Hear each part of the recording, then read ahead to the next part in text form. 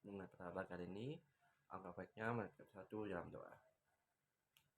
Doa syukur Bapa telah memberkati kami pada malam tadi.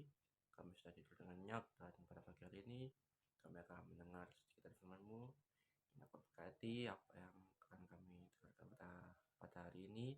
Kiranya dapat menjadi berkat bagi kami dan memberkati kami di keadaan kami pada pagi hari ini. Kami bersyukur Tuhan, kami dapat berdoa dalam nama Tuhan Yesus Kristus. Haleluya. Amin. Nah, jadi firman pada pagi hari ini diambil dari Markus 7 ayat ke-7, yaitu berbunyi, percuma mereka beribadah kepadaku, sedangkan ajaran yang mereka ajarkan adalah perintah manusia. Jadi Yesus itu pernah menegur orang-orang yang sangat taat sekali ibadah, taat sekali tentang agama, tapi hidupnya itu tidak sesuai dengan apa yang mereka ucapkan. Kayak di luar kelihatan rohani, rajin ibadah, dan bicara soal iman, namun kehidupannya sehari-hari justru sangat tidak sesuai sekali dengan kehendak Tuhan, justru sangat bertolak belakang. Dan hal ini juga masih sering kita jumpai gitu di kehidupan kita sehari-hari, seperti di bibir terlihat baik tapi aslinya hati dan tindakannya tidak demikian. Dan sebagai remaja seperti kita ini, hal ini bisa muncul gitu dalam kehidupan kita sehari-hari.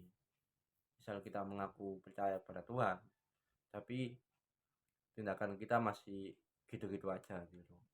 Dan kita mau dihormati, kita mau hidup kita berjalan mulus atau berdoa untuk hidup kita berjalan baik, tapi kita juga sering meremehkan orang lain dan sering tidak menyelesaikan kewajiban kita atau tidak bertanggung jawab dalam tugas kita gitu.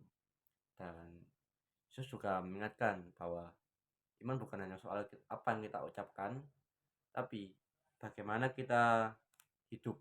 Dan iman asli itu seharusnya membuat kita semakin peduli, semakin jujur, semakin manusiawi, bukan sebaliknya. Dan pada Markus 7 ayat yang ke-6 berbunyi, jawabnya kepada mereka, benarlah nubuat Yesaya tentang kamu, hai orang-orang munafik, sebab pada tertulis, bangsa ini memelahkan aku dengan bibirnya, padahal hatinya jauh daripadaku. Nah, jadi tadi iman tidak seharusnya menjadi alasan untuk kita paling benar atau menutup mata untuk terhadap kesalahan kita sendiri.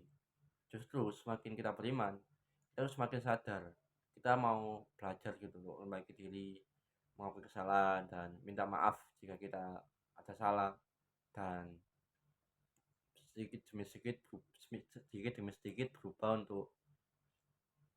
untuk menjadi lebih baik lagi gitu. Dan iman yang nyata dalam tindakan itu bisa dilakukan dalam hal kecil seperti bersikap jujur, menghormati orang lain, dan tetap melakukan yang benar walau orang itu tidak memperhatikan, tapi Tuhan melihat gitu. Yakobus 2 ayat ke-17 berbunyi, demikian juga halnya dengan iman. Jika iman itu tidak disertai perbuatan, maka iman itu pada hakikatnya adalah mati. Jadi artinya iman yang seharusnya tampak dalam kehidupan kita sehari-hari, tampak dalam cara hidup kita, itu tetap harus bertumbuh gitu. Tidak sempurna tapi tetap kelihatan gitu, bertumbuh.